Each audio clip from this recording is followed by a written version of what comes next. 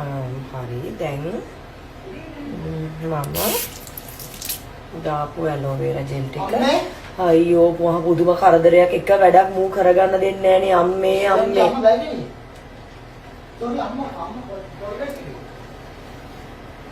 හොඳට දැන්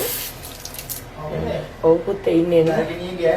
ගෑණි කියා ගන්නවා වගේ සද්දයක් කරන බල්ලෝ දෙන්න මේ පැත්තට විරු අජන්ත කියනවා මැඩම් ලුව කාමරේ ප්‍රොමිස් අජන්ත කියනවා මැඩම් මම කිව්වා නෑ නෑ අම්ම ටොයිලට් එකේ කියලා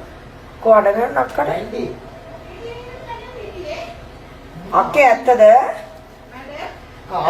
මම කාමරේ හිටියේ දැන් මම මෙතන හිටියේ කතා කරලා තියෙන මොනවද ඔව්